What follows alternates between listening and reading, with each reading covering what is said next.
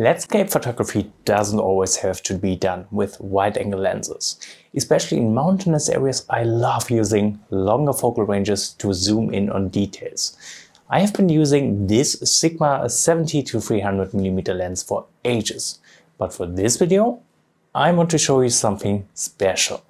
These were all shot between 70 and 200mm. With this lens I got to test for a few weeks. This is the Sigma 70-200 F2.8 DG-DNOS.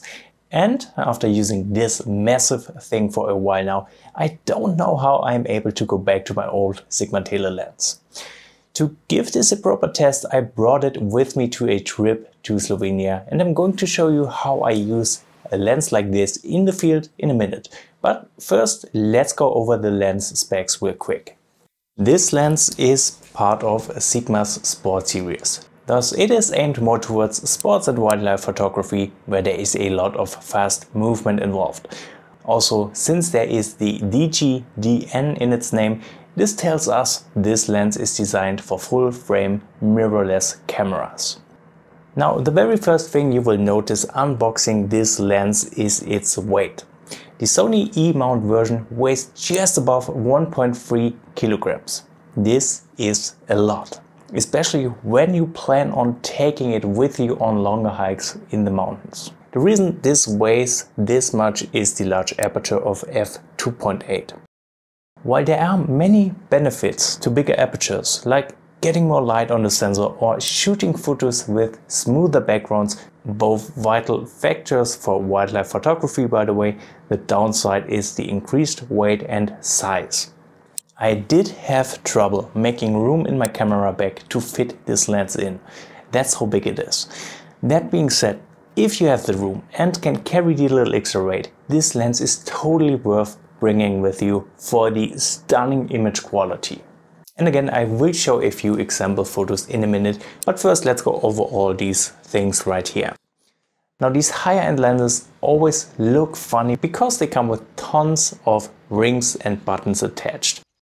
This might intimidate newer photographers, but let me explain what these things do. Of course, we have the standard rings for setting up the focal length and focus. This lens does come with internal focus, which means when changing the focal length, the lens won't get any longer. This helps keeping balance with such a big glass. Plus, we do have an extra ring right here to set up the aperture. But if you prefer, you can also do that in camera. Small side note, according to the manual, the aperture ring does not work with all cameras. However, I didn't have any issues on my Sony a7 Mark III. Then we have this handle right here. This is needed because the lens is heavy, and instead of attaching the camera to the tripod, we are simply attaching it directly to the lens, and by doing that we are protecting the camera mount, but we're also getting a better balance on the tripod this way. We also have the option to rotate this thing if you need to position the camera differently. Now onto the button and switches. This lens does come with autofocus, which makes sense because that's needed for wildlife and sports. Not so much for landscapes, but we do have this button to turn autofocus on and off. Next, there is the focus limiter switch. Again, this is something really helpful when dealing with wildlife as an example. What this button does is it sets a limit for the autofocus range. Let's say your subject will be moving within 3 meters from your position. By switching the focus limiter mode, we can limit the autofocus range going from the minimum focus distance up to 3 meters. This makes autofocus more precise and it will save a bit of time getting the focus right. Besides that, we have 2 more focus limiter modes. We can set the focus limiter going from 3 meters to infinite, and of course we can make it cover the whole focus range. The OS in the product name stands for optical stabilizer, for which we also have a little switch on the lens to turn it on or off. Once OS is turned on, dedicated sensors inside the lens recognize movement paired with movable lens elements. the OS tries to compensate camera shaking, which in turn helps to create sharp images handheld. Not only is this useful for still images, but I love using the OS for filming things handheld. Especially with longer focal ranges like in this case, it makes a huge difference and can make your videos look like they were filmed from a gimbal. The custom mode switch is something that I didn't try. But what this basically does is, paired with the Sigma Optimization Pro software and the USB dock, you can adjust the OS and focus limiter and register them to a custom mode switch. Then we have the iris ring click switch, a little bit hidden down below the other buttons. Once you activate this function, you will get a tactile response when adjusting the aperture ring. Thanks to this tactile response, you're able to change the aperture without having to look at the numbers, because you can simply count the aperture by feeling it. I don't know if you can hear it, but it clicks each time I'm switching the aperture. Deactivate this and the aperture will run smoothly again. The iris ring click switch is something commonly used when filming, as an example.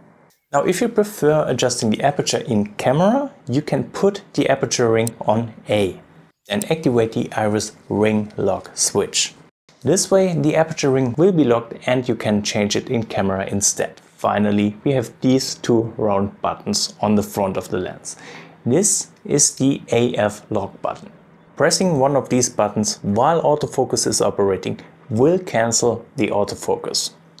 This way you can set up a sharp image more quickly if the autofocus is having issues jumping back and forth with the focus. Now you know all the buttons, switches, rings and functions this lens has to offer. But how does it perform out in the field? Let's find out in the mountains of Slovenia.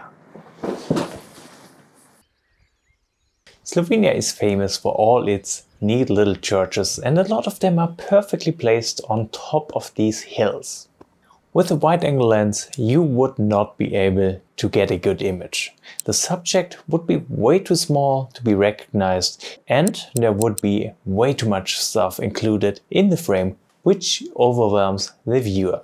But with the 70 to 200mm range of this lens, you can get much closer, nicely frame the subject and keep the image clean from distractions. Plus, there's another benefit to using longer focal ranges: lens compression. This effect makes distant objects look larger. In this case, it basically makes the mountains in the back appear to be closer to the church on the hill in the center, which makes this shot look so much cooler. I do want to point out that 200mm is nothing crazy in regards of focal length. If we take a look at another shot from a different place, you can see the church in the distance is way smaller, even at 200mm. To get closer, you would have to crop the image or shoot using a lens with a longer focal range. I'm not saying this as criticism, I just want to make it clear for the newer photographers watching this. Because this lens is more expensive, it doesn't mean you can zoom in on the subject indefinitely. That being said, in my opinion, the 70 to 200mm focal range is far superior compared to something more extreme like, let's say, Canon's 200 to 800mm lens, when explicitly used for landscapes, because there are way more use cases for the 70 to 200 range. Generally speaking, this lens was a pleasure to use. As expected, with a more expensive one like this, everything from buttons to switches and rings operated nice and smoothly. Another point speaking for the high build quality of this lens is it also comes with weather sealing, meaning you don't have to think about environmental elements such as moisture or dust damaging the lens. As this is my first lens review, I wasn't really sure how to test the image quality, so I tried using it in various situations, trying to cover as many aspects as possible: low light, handheld, zoomed in, zoomed out, high and small aperture. One thing that really surprised me in a positive way was shooting against the sun. For this image, I didn't have to clean up any lens flare, which is something I'm really not used to with my other lenses. In general, I was very impressed by the high image quality. Every shot seemed to be super sharp in both the center and the corners, no matter the focal range or the aperture. Again, that's something totally new for me in regards of tele lenses, since with my old 70-300mm one, I can't even shoot at max range, since the image quality is becoming so bad. Of course, if you're thinking about buying this lens, you probably are also interested in its bokeh, which is something more important to wildlife photographers as an example. I also tried capturing some wildlife with it, and bokeh wise I was very pleased as well. But you can clearly spot cat's eye distortions. A term, by the way, which I just recently learned because of this review. And you can spot the cat's eye distortion in the highlights towards the corners. Personally, I don't have any issues with that, but there seems to be a heated discussion about that online. Speaking of wildlife, here we of course want to make use of the autofocus. While the AF is highly dependent on the camera, the AF quality improves with a quick focus motor inside the lens. And what can I say, I had a super fun time using this lens coupled with the super fast autofocus. Even a wildlife newbie like myself can capture sharp photos this way. Oh, and by the way, of course, these wildlife images were shot handheld, using the lens's stabilization. So this feature works like a charm as well. Now, the whole time recording this video, I was thinking maybe I'm praising this lens a little too much, and I was constantly looking for some downsides. But to me, the image quality is always the most important factor, and this lens really delivers insanely sharp, good-looking images. If you're really only shooting landscapes with lots of hiking, one downside will be the weight and size. This will potentially cause a problem, but if you plan on shooting other things like wildlife, sports, portraits or whatever, the big aperture is a huge plus. And of course, with the price tag of around 1,700 euros, it's a decision you want to think about for a bit. But it's still cheaper than Sony's own 70-200mm lens, which is a fair bit more expensive. So with this being my very first lens review video, there are probably a few things I forgot to mention.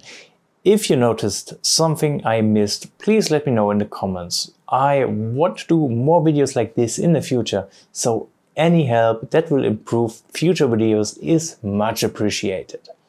So thank you very much for watching, and hopefully see you all next time.